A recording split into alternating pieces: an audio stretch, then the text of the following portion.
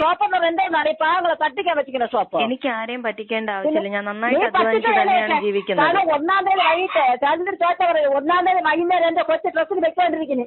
നീ എവിടത്തെ ഷോപ്പ് വെച്ചോണ്ടിരിക്കുന്നത്? ആക്ക ഷോപ്പ് ഒരുപാട് പേര് അവരുടെ മക്കളുടെ കല്യാണം നടത്തി കൊടുക്കുമെന്ന് ചോദിച്ചിട്ട് എന്നെ വിളിക്കുന്നുണ്ട്. വേറൊന്നുമല്ല, അവർക്ക് സാമ്പത്തികമായിട്ട്. യെസ്, നമ്മുടെ ഷാലു പയ്യാട്. അതായത് ഈ വീഡിയോ കണ്ടപ്പോഴത്തേക്ക് നിങ്ങൾ ആദ്യം വിചാരിച്ചെന്താ, അതായത് ഈ ഷാലു പയ്യാട് ഏതോ ഒരു പാവപ്പെട്ട ആളെ പറ്റിച്ചു എന്ന രീതിയിലാണ് നിങ്ങൾ ആദ്യം കണ്ടത്. പക്ഷെ സംഭവം അതല്ല. അതായത് വഴി കൂടെ പോയ പാമ്പിനെ വിളിച്ചു വരുത്തി വീട്ടിൽ കയറ്റി അതിനെ കൊത്തും മേടിച്ചിട്ട് ഇരിക്കുന്ന അവസ്ഥ എങ്ങനെ ഉണ്ടാവും? അതാണ് ഇപ്പോൾ പുള്ളിക്കാരനെ കിട്ടിയിരിക്കുന്നത്. ഷാലു പയ്യാണ് ഈ ഇടയ്ക്ക് പറ്റിയ വലിയൊരു അബദ്ധം. അതായത് ഈ പുള്ളിക്കാരനെ അറിയാത്തവർക്ക് വേണ്ടിയിട്ട്, അതായത് സീസൺ 4 നമ്മുടെ റോബിൻ രാധാകൃഷ്ണൻ പുള്ളിക്കാരനെ എക്സ്പോസ് ചെയ്യുന്ന രീതിയിൽ കുറേ കാര്യങ്ങൾ പുള്ളിക്കാരൻ ഓൺലൈൻ മീഡിയസിൽ കൂടെ പങ്കുവച്ചിട്ടുണ്ടായിരുന്നു. അങ്ങനെയാണ് ഈ ഷാലു പയ്യാട് എന്ന് പറഞ്ഞ പേര് നാട്ടുകാർക്ക് ഫെമിലിയർ ആവുന്നത്. പുള്ളിക്കാരൻ ഈ ഇടയ്ക്ക് ചെയ്തു കൊടുത്തൊരു ചാരിറ്റിയുടെ സൈഡ് എഫക്ട്സ് ആണിത്. അതായത് പാവപ്പെട്ട ഒരു അമ്മയ്ക്കും മോക്കും ഒരു കല്യാണത്തിന് ഒരു മാർഗവുമില്ലായിരുന്നു. അങ്ങനെ ഈ പുള്ളിക്കാരൻ അത് ഇനിഷ്യേറ്റീവ് എടുത്തിട്ട് കല്യാണം നടത്തി കൊടുത്തു. ആ കല്യാണം നടത്തി കൊടുത്തതിൻ്റെ സൈഡ് എഫക്ട്സ് ആണ് ഇപ്പോൾ ഈ കാണുന്നത്. എന്താണെന്നറിയണ്ടേ? ഫുൾ വീഡിയോ നമുക്ക് കാണാം.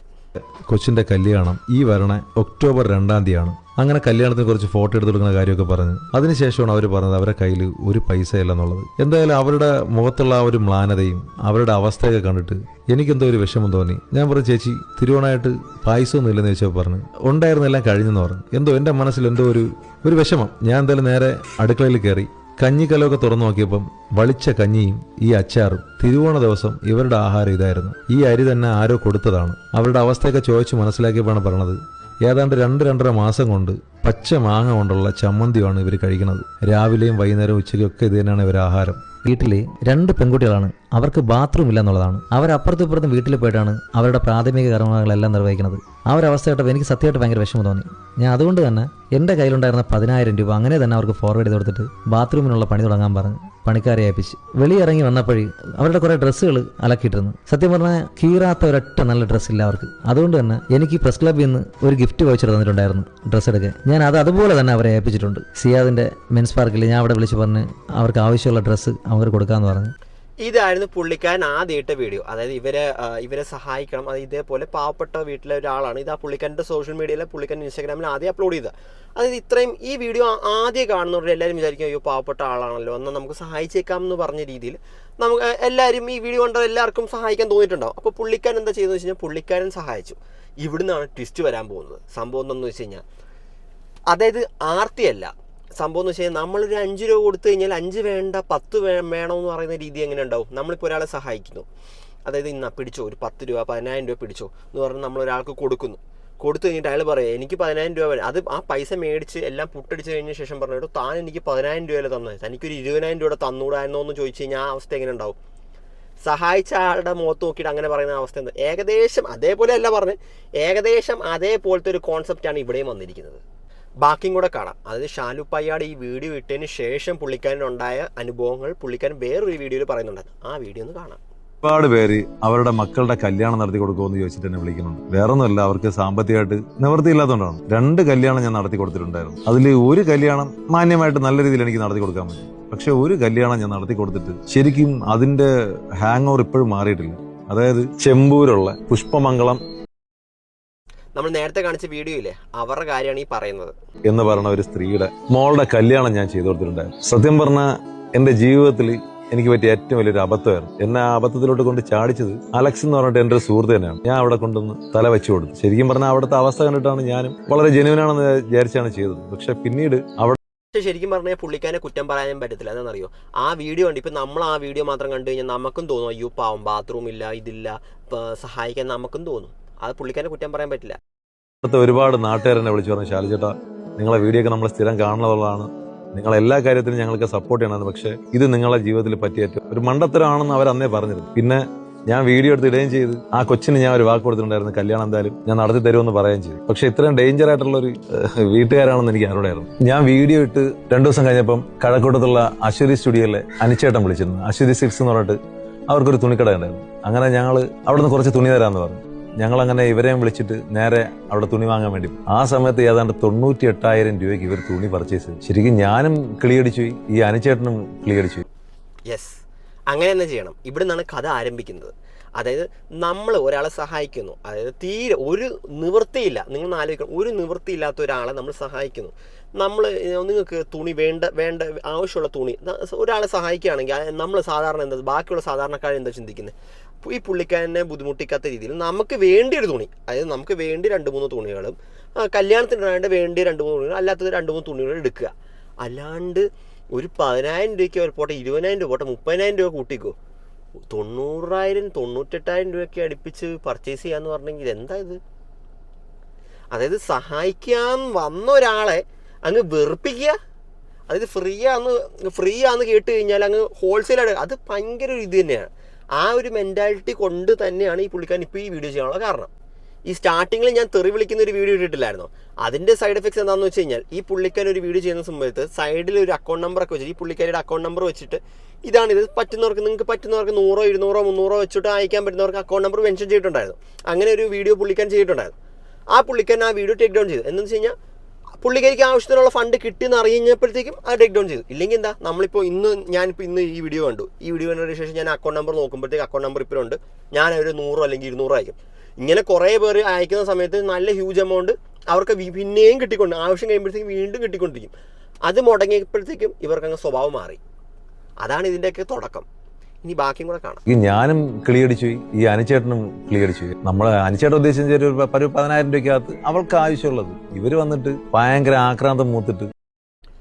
യെസ്, ആ തുണിക്കടക്കാരൻ വരെ ഞെട്ടിപ്പോയി. അതായത് പുള്ളിക്കാരൻ വിചാരിച്ചു പുള്ളിക്കാരൻ സ്പോൺസർ ചെയ്തോന്ന് പറഞ്ഞപ്പോഴത്തേക്കും 10, 15 അല്ലെങ്കിൽ 20,000 രൂപ കൂട്ടിക്കോ, 20,000 രൂപയ്ക്ക് അടുത്തുള്ള തുണികളായിരിക്കും പുള്ളിക്കാരൻ മതി. 15 രൂപ 10, 15 ആ രീതിയിലെ കോൺസെപ്റ്റിലാണ് ഫ്രീ എന്ന് വെച്ച് കഴിഞ്ഞാൽ സഹായിക്കാൻ വരുന്ന ഒരാൾ. നമ്മളിപ്പോൾ ആരാണെങ്കിലും ലോകത്ത് ഞാൻ ആദ്യമായിട്ട് ഇത് കാണുന്നത്, അത് 91 ഏകദേശം 1 ലക്ഷം രൂപ, 2,000 രൂപ വ്യത്യാസമുള്ളൂ. അത് ഏകദേശം 1 ലക്ഷം രൂപയ്ക്കാണ് പർച്ചേസ് ചെയ്തത്. സാധാരണ ആരെങ്കിലും ഇത് ചെയ്യുമോ? 98,000 രൂപയ്ക്ക് തുണി എടുത്തു. പിന്നെ അവസാനം ഞാൻ ചെന്ന് പറഞ്ഞു, ചേച്ചി ഇത് നടക്കില്ല, നിങ്ങൾ അത്യാവശ്യം നിങ്ങൾക്ക് വീട്ടിൽ ഉപയോഗിക്കാൻ വേണ്ടിയിട്ടുള്ള സാധനങ്ങൾ മാത്രം ഉപയോഗിക്കാൻ വാങ്ങിക്കാൻ പറ്റും. ഇവരാണെങ്കിൽ എല്ലാം ബ്രാൻഡഡ് സാധനങ്ങൾ വാങ്ങിച്ച് അവസാനം ഒരു 35,000 രൂപ ബില്ല് വന്നു. പിന്നെ 15,000 രൂപ കടയിൽ നിന്ന് അവരുടെ കണക്കായിട്ട് ഇവർ തന്നു. ബാക്കി 20,000 രൂപ എൻ്റെ കയ്യിൽ നിന്ന് അപ്പോഴെന്ന് ചിലവായി. കേട്ടല്ലോ, അതായത് കടക്കാർ സ്പോൺസർ ചെയ്യാന്ന് പറഞ്ഞാൽ 10,000 രൂപ കടക്കാർ കൊടുത്തു, ബാക്കി പുള്ളിക്കാരുടെ കയ്യിൽ നിന്ന് എടുത്തത്. അതായത് പുഴ കത്തുമ്പോൾ തന്നെ വാഴ വെട്ടണം, അതാണ് ഇവിടെ സംഭവിച്ചിരിക്കുന്നത്. ഇത് മാത്രമല്ല, ഇനിയും ഉണ്ട് കാര്യങ്ങൾ. നിങ്ങൾ വിചാരിക്കും ഇത് കൊണ്ടിട്ടാണോ അവർ തെറി വിളിക്കുന്നത്. ഇതിനിടയിൽ നമ്മളെ ജാഫർ ഇടുക്കിക്ക എനിക്കൊരു 5,000 രൂപ തന്നിട്ട് പറഞ്ഞിട്ട് അവർക്ക് ഒരു സാരി മേടിച്ചു കൊടുക്കാൻ പറഞ്ഞു. അങ്ങനെ 5,000 രൂപ തന്ന് ഞാൻ അന്ന് തന്നെ ഈ തുണിയും മേടിച്ചു കൊടുക്കുകയും ചെയ്തു. പക്ഷെ ഇവർ ചെയ്ത പണിയെന്ന് പറഞ്ഞു കഴിഞ്ഞാൽ, ഈ കല്യാണം കഴിഞ്ഞതിന് ശേഷം, കല്യാണം കഴിഞ്ഞ് എല്ലാ ചടങ്ങുകളും തീർന്നതിന് ശേഷം ഈ ആൾക്കാരെയൊക്കെ വിളിച്ചിട്ട് പൈസ ചോദിക്കുക, ദാരിദ്ര്യം പറയുക, എന്നിട്ട് പറയുക ഒരുപാട് കടമുണ്ട്, കടം തീർത്ത് കൊടുക്കാൻ വേണ്ടിയിട്ട് വിളിക്കുക. ഈ ചോദിച്ചിട്ട് കൊടുത്തില്ലെങ്കിൽ അവരെ വിളിച്ച് തെറി വിളിക്കുക.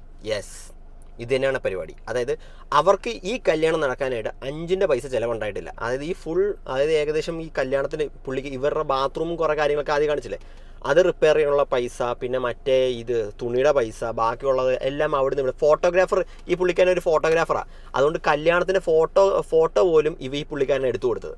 അപ്പോൾ അങ്ങനെയുള്ള ഒരാൾ, അതായത് ഫോട്ടോഗ്രാഫേഴ്സിനൊക്കെ നിങ്ങൾക്ക് അറിയാലോ, റേറ്റ് ഒക്കെ എങ്ങനെ അറിയാലോ, അങ്ങനെയുള്ള എല്ലാ കാര്യങ്ങളും പുള്ളിക്കാരൻ നല്ല രീതിയിൽ ഇനീഷ്യേറ്റ് ചെയ്ത് പുള്ളിക്കാരൻ രീതിയിൽ സഹായിക്കുന്ന നല്ല രീതിയിൽ സഹായിച്ചു. ആ കല്യാണം നല്ല രീതിയിൽ നടത്തി കൊടുത്തു. എന്നിട്ട് ഇമാതിരി ഇതേപോലെ തന്നെ തങ്ങളാരും സഹായിക്കാൻ വന്നില്ലെന്ന് പറഞ്ഞ തെണ്ടിത്തരം പറയുന്ന സമയത്ത് ആർക്കായാലും കൊള്ളും. കല്യാണത്തിന് ഇടാൻ വേണ്ടിയിട്ട് ഒരു ഡ്രസ്സ് കൊടുക്കാന്ന് പറഞ്ഞത് ഒരു കൊച്ചു, നമ്മുടെ ഒരു സുഹൃത്താണ്. അവളുടെ നല്ല മനസ്സുകൊണ്ടാണ് അവൾ ഡ്രസ്സ് കൊടുക്കാന്ന് പറഞ്ഞത്. ആ ഡ്രസ്സ് ഞാൻ പുറത്തുനിന്ന് പൈസ കൊടുത്ത് വാങ്ങിച്ചു കൊടുത്തു, അല്ലാതെ കുറച്ച് പേര് കൊടുക്കുകയും ചെയ്തു. എന്തായാലും അന്ന് ഇടത്തെ ഒറ്റ ഡ്രസ്സ് പോലും അവരെ പൈസ കൊടുത്ത് വാങ്ങിച്ചാലും എല്ലാം നമ്മളെ ഈ പറഞ്ഞ ഓരോരുത്തർ സഹായിച്ചു തന്നെയാണ്. അവൾ എന്നെ വിളിച്ച് ചോദിച്ചിട്ടുണ്ട്, ചേട്ടാ ഇനി ആവശ്യമുണ്ടെന്ന് വെച്ചപ്പോൾ ഞാൻ പറഞ്ഞു, ഇനി ഡ്രസ്സിന്റെ ആണോ ആവശ്യമില്ല എന്ന് ഞാൻ പറഞ്ഞിട്ടാണ് ആ കൊടുക്കായിരുന്നത്. പാല് കൊടുത്തവന്റെ കൈ തന്നെ കുത്തുന്നു കേട്ടിട്ടില്ലേ? അതെ, ഇതാണ് അവസ്ഥ. അതായത് കല്യാണത്തിന് സഹായമായിട്ട് ഒരു ഡ്രസ്സ് കൊടുത്തു, ആ ഡ്രസ്സ് കൊടുത്ത ആൾക്ക് തന്നെ തന്തയ്ക്ക് വിളി കിട്ടുക. എന്താ അവസ്ഥ അല്ലേ? അതായത് എന്തൊരു അവസ്ഥയെന്ന് ആലോചിക്കുക. അതായത് എനിക്കിപ്പോൾ ഓർമ്മ വരുന്നത് നമ്മുടെ രേണുസുതിയുടെ കാര്യമാണ്. രേണുസുതി ബിഷപ്പിന്, അതായത് രേണുസുതി ആദ്യം ഹസ്ബൻഡൊക്കെ മരിച്ചു നിൽക്കുന്ന സമയത്ത്, അതായത് ഒരു ഗതിയും പരഗതിയിലാണ് നിൽക്കുന്ന സമയത്ത് പുള്ളിക്കാരി ഇനി എന്ത് ചെയ്യും എന്ന് ആലോചിച്ചുകൊണ്ടിരിക്കുന്ന സമയത്ത് ദേവദൂതിനെ പോലെ ഒരു ബിഷപ്പ് വന്നിട്ട് പറഞ്ഞു, നിങ്ങൾക്കിത് ഞാൻ സ്ഥലം എഴുതി തരാമെന്ന് പറഞ്ഞ പുള്ളിക്കാരൻ സ്ഥലം കൊടുത്തു. ഫ്ലവേഴ്സ് TV ഇവർക്ക് നല്ല രീതിയിൽ, ഇവരും ഫ്ലവേഴ്സ് TVയും ബിഷപ്പും കൂടെ ചേർന്ന് ഇവർക്ക് നല്ല രീതിയിൽ ഒരു വീട് വെച്ച് കൊടുക്കുന്നു. ആ വീട് വെച്ചതിന് ശേഷം ആ അച്ഛനും ആ കോൺട്രാക്ടറിനും ഫ്ലവേഴ്സ് TVക്കും സമാധാനം കിട്ടിയിട്ടേ ഇല്ല. അതാണ് വലിയൊരിത്. അതായത് ആ അച്ഛനെ തന്തയ്ക്ക് വിളിക്കുന്നു. എന്തിനാ തന്തയ്ക്ക് വിളിക്കുന്നത്? ആ വീട് വെച്ച് കൊടുത്തതിന്. ആ കോൺട്രാക്ടറിനെ തന്തയ്ക്ക് വിളിക്കുന്നു. എന്തിനാണ് തന്തയ്ക്ക് വിളിക്കുന്നത്? ആ വീട് വെച്ച് കൊടുത്തതിന്. അതായത് നിങ്ങൾ ഓർക്കുക, 5 പൈസ മേടിക്കാണ്ട് ഒരു നല്ല രീതിയിൽ സ്വന്തമായിട്ട് സ്ഥലവും കൊടുത്ത് വീടും വെച്ച് കൊടുത്തിട്ട്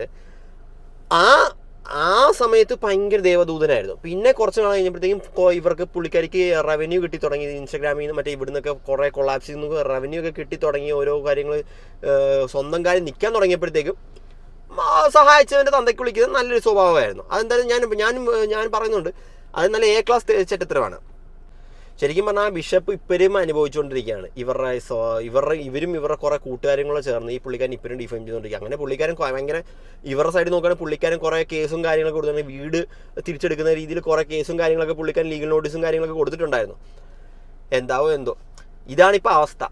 അതായത് സഹതാപം തോന്നി ഒരാളെ സഹായിച്ചു കഴിഞ്ഞാൽ ഇപ്പോൾ തിരിച്ചടിക്കുക, അതായത് സഹായിച്ചവരെ തന്നെ തിരിച്ചടിക്കുക. അതാണ് ഇപ്പോഴത്തെ ട്രെൻഡ്. ശരിക്കും പറഞ്ഞാൽ ഇത്രയും ഞാൻ പറയുകയാണെങ്കിൽ മനുഷ്യന്മാരെ പോലെ ഇത്ര നന്ദികെട്ട വർഗം വേറെ ലോകത്ത് വേറെ ഇല്ല. ഞാൻ പൊതുവേ പറയുന്നത്, അതായത് നമ്മുടെ ഒരു ചില നമ്മൾ പല ടൈപ്പ് ക്യാരക്ടേഴ്സാണ് നമ്മൾ. അത് മനുഷ്യന്മാർക്ക് മാത്രമേ ഉള്ളൂ.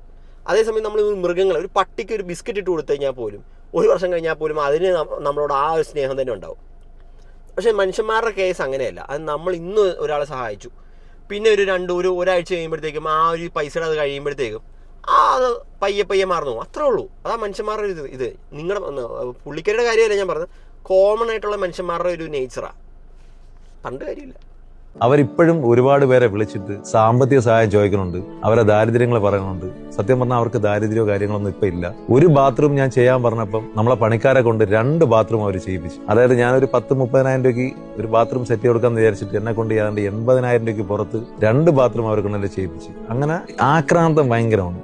ഒരു ബാത്റൂം ചെയ്യാൻ പറഞ്ഞപ്പോഴത്തേക്കും അവർ 2 ബാത്റൂം ചെയ്തു. അതായത് തുടക്കത്തിൽ ഞാനൊരു വീഡിയോ കാണിച്ചിട്ടുണ്ടായിരുന്നു. അതായത് പുള്ളിക്കാരൻ തുടക്കം തന്നെ ഒരു 10,000 രൂപ കൊടുത്തിട്ട് പറഞ്ഞു, പാവപ്പെട്ട ഇവർക്ക് പോകാൻ ബാത്റൂം പോലും ഇല്ല, അതുകൊണ്ട് എൻ്റെ കയ്യിലുള്ള 10,000 രൂപ അപ്പം തന്നെ ഞാൻ കൊടുത്തിട്ട് പറഞ്ഞു നിങ്ങൾക്ക് ബാത്റൂം പണിയുള്ള ഏർപ്പാട് അപ്പം തന്നെ ചെയ്തോളാൻ പറഞ്ഞു.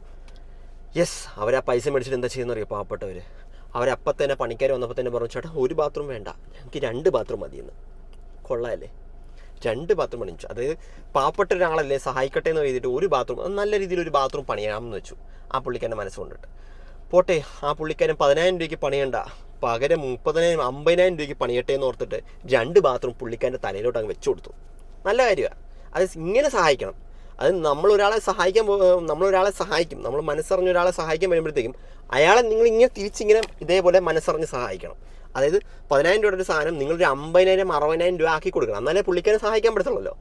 10,000 രൂപ ആക്കി കഴിഞ്ഞാൽ എങ്ങനെ സഹായിക്കാനാ? 60,000 രൂപ ആക്കി കൊടുത്താലല്ലേ പുള്ളിക്കാരെ സഹായിക്കാൻ പറ്റും. 2 ബാത്റൂം നല്ല രീതിയിൽ നല്ല ബാത്റൂം കേട്ടു. ഇത് പുള്ളിക്കാരൻ നേരെ അയച്ചും കൊടുത്തു. ഇപ്പോൾ ബില്ലൊക്കെ കേട്ടപ്പോൾ പുള്ളിക്കാരൻ ഞെട്ടിപ്പോയി. പുള്ളിക്കാരൻ എന്തായാലും നനഞ്ഞു, ഇനി കുളിച്ചിറങ്ങാന്ന് പറഞ്ഞു. അത് പോട്ടെ, ഇതെല്ലാം പോട്ടെ, ഈ പൈസ എല്ലാം പോയത് പോട്ടെ എന്ന് നോക്കാം പുള്ളിക്കാരന്. പക്ഷേ ഈ പുള്ളിക്കാരൻ ഇവരെ സഹായിച്ചു ഇത്രയും കാര്യങ്ങൾ ചെയ്തിട്ട് ഈ പുള്ളിക്കാരനെ തന്തയ്ക്കും വിളി കിട്ടുമെന്ന് പറഞ്ഞ അവസ്ഥ ഒന്ന് ആലോചിച്ച് ചെയ്യേ. അത് നിങ്ങൾ തന്നെ ഈ വീഡിയോ ആണ് നിങ്ങൾ ഇത്രയും അത് നിങ്ങളൊരു പാവപ്പെട്ട ഒരാൾക്ക് ഒരു ഫുൾ വീട് വെച്ചു കൊടുത്തു, എല്ലാ കാര്യങ്ങളും ചെയ്തു കൊടുത്തതിന് ശേഷം താക്കോലും കൈ കൊടുത്ത് എല്ലാ കാര്യം കഴിഞ്ഞ് കൊടുത്തത് എല്ലാ കാര്യം കിട്ടിയതിന് ശേഷം നിങ്ങളെ ഫോൺ വിളിച്ച് തന്തയ്ക്ക് വിളിച്ച് കഴിഞ്ഞാൽ എങ്ങനെ ഇരിക്കും? ആ അവസ്ഥയാണ് ഇപ്പം ഇത്. ഞാൻ ഇടുന്ന എല്ലാ വീഡിയോയിലും 2 ആഴ്ച മാത്രമേ അക്കൗണ്ട് നമ്പരും ബാക്കി കാര്യങ്ങൾ ഇട്ടേക്കുള്ളൂ. അത് കഴിഞ്ഞാൽ അക്കൗണ്ട് നമ്പർ മാറ്റും. കാരണം 2 ആഴ്ച കഴിഞ്ഞാൽ പിന്നെ നമുക്ക് ആവശ്യമില്ലല്ലോ. അങ്ങനെയാണ് ഇതുവരെ ചെയ്തു പോണത്. അപ്പൊ ഇവരുടെ അക്കൗണ്ട് നമ്പർ മാറ്റിയതിന്റെ അന്നോട്ടേ ഇവർക്ക് എൻ്റെ അടുത്ത് ഭയങ്കര പ്രശ്നമാണ്. അവർ പറയണമെന്ന് വെച്ച് കഴിഞ്ഞാൽ അവരുടെ അക്കൗണ്ട് നമ്പർ അതിലിട്ടേ പറ്റൂ എന്നുള്ള രീതിയിലാണ്. ഈ അടുത്തിടെ എന്നെ കുറെ സുഹൃത്തുക്കളെ വിളിച്ചിട്ട് ഞാൻ അവരുടെ അക്കൗണ്ട് നമ്പർ മാറ്റിക്കളഞ്ഞ് ഇതാണ് സത്യം പറഞ്ഞ ആരെയും വേർപ്പ്. ഇവിടെ തൊട്ടാണ് പ്രശ്നം തുടങ്ങുന്നത്. ഞാൻ നേരത്തെ പറഞ്ഞില്ലേ, പുള്ളിക്കാരൻ വീഡിയോ ചെയ്ത സമയത്ത് അക്കൗണ്ട് നമ്പർ ഇതേപോലെ മെൻഷൻ ചെയ്തിട്ടുണ്ടെന്ന് പറഞ്ഞില്ലേ. അതായത് പാവപ്പെട്ട ഇപ്പം നമ്മളിപ്പോൾ ഈ വീഡിയോ കാണുന്ന സമയത്ത് ഒരു 100 രൂപ അയച്ചു കൊടുക്കണം എന്ന് തോന്നിക്കഴിഞ്ഞാൽ ഞാൻ ഇതേപോലെ അവരുടെ അക്കൗണ്ടിൽ ഡയറക്റ്റ് കിട്ടത്തില്ലേ. ആ സാധനം മുടങ്ങിയപ്പോഴത്തേക്കുമാണ് ഇവരുടെ സ്വഭാവം അങ്ങ് മാറിയത്. അതായത് പുള്ളിക്കാരൻ എന്തുകൊണ്ട് 2 ആഴ്ച പുള്ളിക്കാരൻ വ്യക്തമായി പറഞ്ഞു 2 ആഴ്ച ഇടുന്നുള്ളൂ, അതിനുള്ള സഹായങ്ങൾ പുള്ളിക്കാരന് കിട്ടിയെന്ന് ബോധ്യപ്പെട്ടുകൊണ്ടാണ് പുള്ളിക്കാരൻ ആ അക്കൗണ്ട് നമ്പർ അതിൽ നിന്ന് റിമൂവ് ചെയ്തത്. ഇത് സംഭവം എന്താണെന്ന് വെച്ച് കഴിഞ്ഞാൽ അവർക്ക് ആ വീഡിയോ അങ്ങനെ തന്നെ കിടക്കണം, ആ അക്കൗണ്ട് നമ്പർ റിമൂവ് ചെയ്യാൻ പാടില്ല, അതിൽ പൈസ വന്നുകൊണ്ടിരിക്കണം, ഫ്ലോയിങ്, അതായത് മണി ഫ്ലോയിങ്, നോ വർക്ക് നോ. സംഭവം എന്താണെന്ന് വെച്ച് കഴിഞ്ഞാൽ അവർക്ക് ആ പൈസ വന്നുകൊണ്ടിരിക്കണം. ശരിക്കും പറഞ്ഞാൽ പണിക്ക് പോകാൻ വയ്യ, നോ വർക്ക് നോ മണി. ഇതൊരു കോമഡിയാണ്. അതായത് സഹായിക്കണമെന്ന് പറഞ്ഞിട്ട് പോട്ടെ, പുള്ളിക്കാരൻ ഒരു വീഡിയോ ചെയ്ത് അവരുടെ അക്കൗണ്ട് നമ്പർ മെൻഷൻ ചെയ്തിട്ട് ഇതേപോലെ വെച്ചു. നാട്ടുകാരെ അത്യാവശ്യം സഹായിക്കുകയും ചെയ്തു. പിന്നെ അല്ലറ ചില്ലറ ഡൊണേഷനും കാര്യങ്ങളും പുള്ളിക്കാരന് കിട്ടി. ആർത്തി എന്ന് പറഞ്ഞു കഴിഞ്ഞാൽ ഇത്ര ആർത്തി പാടുണ്ടോ? ആ കല്യാണത്തിന് തന്നെ 87,000 രൂപയ്ക്ക് അവിടത്തേക്കുള്ള പലവ്യഞ്ജന സാധനങ്ങളും തലേദിവസത്തെ അരിയും സാധനങ്ങളൊക്കെ വാങ്ങിച്ചു കൊടുക്കേണ്ടി വന്നു. ഇവർ പറഞ്ഞതെന്ന് വെച്ച് കഴിഞ്ഞാൽ കളക്ഷൻ, അതായത് 4 ലക്ഷം രൂപ അവരുടെ അക്കൗണ്ടിൽ വന്നിട്ടുണ്ടായിരുന്നു. ആ പൈസ എടുത്തിട്ട് തരാന്നാണ് തിരിച്ചെന്റെ പറഞ്ഞിരുന്നത്. ഈ നിമിഷം വരെ എനിക്ക് പൈസ ഒന്നുമില്ല. അവസാനം ഞാൻ കല്യാണ വർക്ക് ചെയ്ത് ജോലി ചെയ്തുണ്ടാക്കിയ പൈസയാണ് ഈ കടക്കാരന് കൊടുത്ത് ക്ലോസ് ചെയ്തത്. അപ്പം ദയവ് ചെയ്ത് പുഷ്പമംഗളം എന്ന് പറഞ്ഞിട്ട് ചെമ്പൂരുള്ള ഒരു സ്ത്രീ, നിങ്ങൾ ആരെങ്കിലും കോണ്ടാക്ട് ചെയ്യണമെന്നുണ്ടെങ്കിൽ ദയവ് ചെയ്ത് മനസ്സിലാക്കുക, അവരിങ്ങനെ ആളെ പറ്റിച്ച് ജീവിക്കാൻ വേണ്ടി നിൽക്കുന്ന ഒരു സ്ത്രീയാണ്. ഇതെനിക്ക് അറിയാതെ ഞാൻ പോയി പെട്ടുപോയതാണ്. അപ്പൊ ദയവ് ചെയ്ത് ആരും അവർക്ക് 5 പൈസ കൊടുക്കരുത്. കൊടുത്ത കൈക്ക് തന്നെ കടിക്കുന്ന ഒരു സ്ത്രീയാണ് അവര്. 4 ലക്ഷം രൂപ മേളിൽ അടുപ്പിച്ച് ആ അക്കൗണ്ടിൽ വന്നിട്ടുണ്ട്. അപ്പോൾ ഈ പുള്ളിക്കാരൻ ആ അക്കൗണ്ട് നമ്പർ മാറ്റിയതിന് തെറ്റൊന്നുമില്ലല്ലോ. 4 ലക്ഷം രൂപ മേളിൽ വന്നിട്ടുണ്ട്. പിന്നെ ഈ വീടിൻ്റെ പണിയും ചിലവും, ഡ്രസ്സ് സ്പോൺസർ ചെയ്തതും, ബാക്കി കല്യാണത്തിൻ്റെ എല്ലാ ചിലവും ഈ പുള്ളിക്കാരൻ്റെ അക്കൗണ്ടിൽ നിന്ന് പുള്ളിക്കാരൻ്റെ കയ്യിൽ നിന്ന് പൈസ ഇട്ടിട്ടാണ് പുള്ളിക്കാരൻ എല്ലാം നടത്തി കൊടുത്തത്. എന്നിട്ടിപ്പോൾ പുള്ളിക്കാരനെ തന്നെ തിരിച്ച് കൊത്തി. ദൈവമുണ്ട്, ദൈവമുണ്ടായതുകൊണ്ടാണല്ലോ ഇപ്പോൾ എല്ലാ പണിയും കൂടെ ചേട്ടന് ഇപ്പോൾ കിട്ടിയിരിക്കുന്നത്. അതായത് ബാത്റൂം പോട്ടെ, ഇതിനകത്ത് ഗൗൺ കൊടുത്ത ചേച്ചിയില്ലേ, ആ ചേച്ചിക്കാണ് ആദ്യം തെറിയേക്കുന്നത്. എന്തിന്? ഗൗൺ കൊടുത്തതിന്. രണ്ടാമത് മേക്കപ്പ് ആർട്ടിസ്റ്റ്, അതും ഈ പുള്ളിക്കാരൻ തന്നെ അറേഞ്ച് ചെയ്ത free. Makeup artist free, gown free, ബാത്റൂമും മറ്റേ ബാക്കിയുള്ള കാര്യങ്ങളൊക്കെ ഫ്രീ. പിന്നെ ഇതേപോലെ കാറ്ററിങ്ങിൻ്റെ പരിപാടി അതും ഫ്രീ. അതൊക്കെ സ്പോൺസറാണ്. Everything sponsor by Shalu Payyad. പക്ഷേ ഇന്നത്തെ വില്ലൻ ആരാന്ന് ചോദിച്ചു കഴിഞ്ഞാൽ ഷാലു പയ്യാട്. അപ്പോൾ ദൈവമുണ്ടോ? അടിപൊളി. അത് നിങ്ങൾ ഇനി ഇതേപോലെ ആരെങ്കിലും പാവപ്പെട്ട ഒരാളെ സഹായിക്കാൻ പോവുകയാണെങ്കിൽ നിങ്ങൾ ഒരു 100 വട്ടം ചിന്തിക്കണം. ഇതേപോലത്തെ വള്ളിക്കെട്ട് നിങ്ങൾക്ക് വരാതിരിക്കുക. അതായത് സംഭവം എന്താണെന്ന് വെച്ച് കഴിഞ്ഞാൽ, പൈസ പോകണമെങ്കിൽ പോട്ടെന്ന് പറയാം. അത് ഓക്കെ, ഇവർ സഹായിച്ചു, ഇവരെ ഒന്നും പറഞ്ഞില്ലെങ്കിൽ പോട്ടെന്ന് പറയാം. അതായത് ആ പൈസ കൊടുത്ത ആൾക്ക്, നമ്മളിപ്പോൾ പാവപ്പെട്ട ഒരാളെ സഹായിച്ചു, ആ സഹായിച്ച ആൾ തന്നെ നമ്മളെ ഫോൺ വിളിച്ച് തെറി വിളിച്ചാൽ എങ്ങനെ ഉണ്ടാവും? അല്ലെങ്കിൽ നമ്മളെക്കുറിച്ച് വേറൊരാളുടെ അടുത്ത് മോശമായിട്ട് പറഞ്ഞു, അത് നമ്മൾ അറിഞ്ഞു കഴിഞ്ഞാൽ നമുക്ക് എങ്ങനെ ഉണ്ടാവും ഫീലിംഗ്? അതാണിപ്പോൾ ഈ പുള്ളിക്കാരുണ്ടായ അവസ്ഥ. ശരിക്കും പറഞ്ഞാൽ ഇങ്ങനത്തെ അവസ്ഥ ആർക്കും ഉണ്ടാവാതിരിക്കട്ടെ. എന്തായാലും ഇതേപോലത്തെ അപ്ഡേറ്റ്സിനായിട്ട് നമ്മുടെ ചാനൽ മറക്കാതെ സബ്സ്ക്രൈബ് ചെയ്യുക.